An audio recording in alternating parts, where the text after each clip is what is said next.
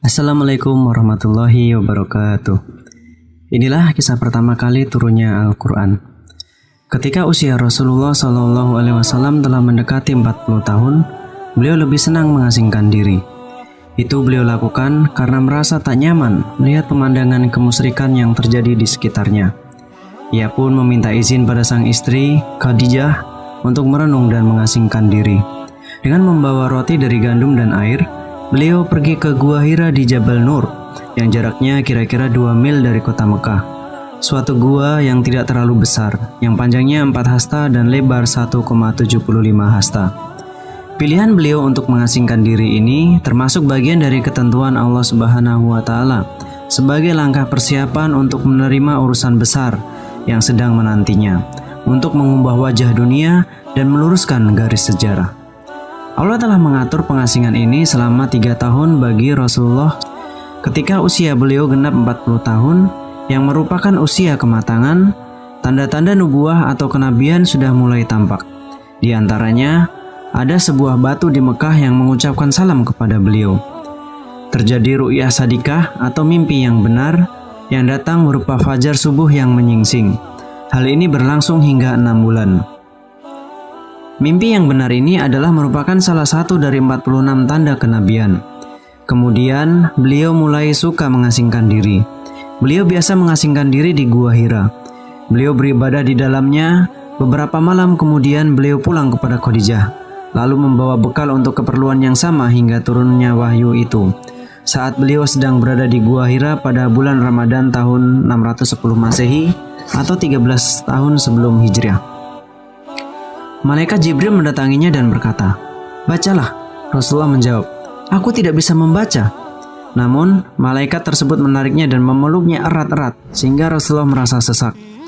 Kemudian, Jibril melepaskan Rasulullah dan sekali lagi berkata, "Bacalah."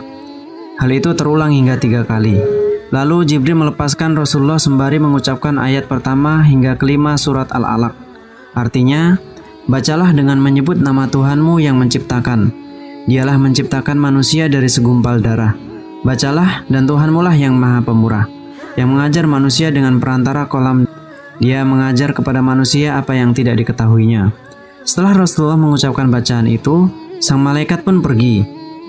Namun, kata-kata itu terpatri dalam kalbunya.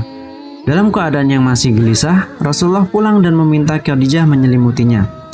Tubuhnya ketika itu menggigil seperti dalam keadaan demam. Rasulullah kemudian menyampaikan apa yang terjadi kepada Khadijah, lalu berkata, "Sesungguhnya aku mencemaskan diriku sendiri."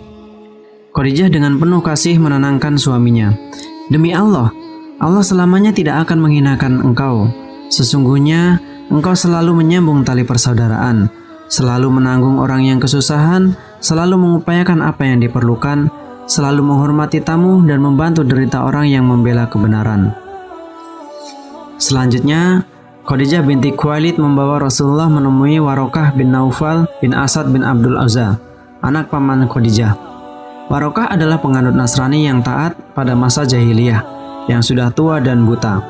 Ia mampu menulis kitab dalam bahasa Ibrani, bahkan menulis Injil dalam bahasa Ibrani dengan bagus.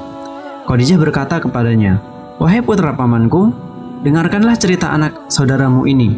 Warokah pun bertanya, "Wahai saudaraku, apa yang kau lihat?"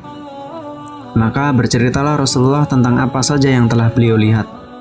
Warokah kemudian mengomentari, "Ini adalah namus yang pernah turun kepada Musa alaihissalam. Andai saja aku masih muda saat itu, andai saja aku masih hidup ketika engkau diusir oleh kaummu."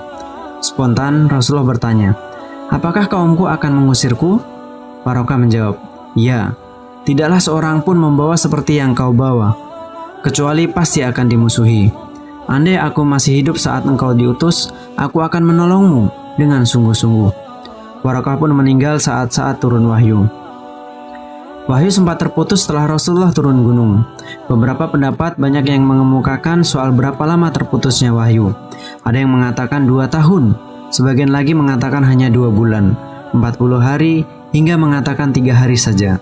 Tak ada bukti otentik soal berapa lama berhentinya wahyu. Namun berhentinya wahyu ini memang benar adanya. Pada masa-masa terputusnya wahyu itu, Rasulullah hanya diam dalam keadaan termenung sedih. Kegelisahan melingkupi diri beliau. Hikmah berhentinya wahyu dahulu adalah untuk menenteramkan hati Rasulullah SAW. Hal tersebut karena Rasul kaget dan terguncang kondisi psikologisnya. Imam Bukhari dalam Kitabut Ta'bir menuturkan kondisi beliau sebagai berikut. Wahyu untuk beberapa waktu tidak turun. Berdasarkan riwayat yang saya ketahui, Nabi SAW merasa gundah dan gelisah. Hal ini diekspresikannya dengan bersih cepat ke puncak gunung, tempat Gua Hira berada, lalu bermaksud menjatuhkan diri ke bawah. Tiba-tiba Jibril menampakkan diri dan berkata, "Hai Muhammad, engkau betul-betul seorang Rasul Allah." Maka hatinya kembali tenang. Jiwanya kembali tentram, lalu beliau pun pulang.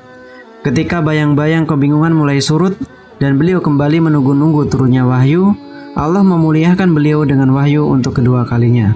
Setelah itu, Al-Quran turun berangsur-angsur selama kurang lebih 23 tahun. Sebagian meriwayatkan 22 tahun, 2 bulan, dan 22 hari. Selama itu, Al-Quran difirmankan Allah Subhanahu wa Ta'ala kepada Nabi Muhammad SAW sebanyak 30 juz yang terdiri dari 114 surat dan 6.666 ayat. Al-Quran turun di dua tempat, yaitu di Mekah yang kemudian ayatnya disebut Makkiyah, dan diturunkan di Madinah yang disebut ayat Madaniyah. Demikianlah sejarah turunnya Al-Quran secara singkat, yang merupakan awal dimulainya masa kenabian Rasulullah Muhammad SAW yang memiliki Al-Quran sebagai mukjizat yang luar biasa. Terima kasih telah menonton video ini. Jika kalian suka, silahkan like dan subscribe, karena akan ada kisah-kisah lainnya yang dibawakan dengan cara yang unik dan menarik.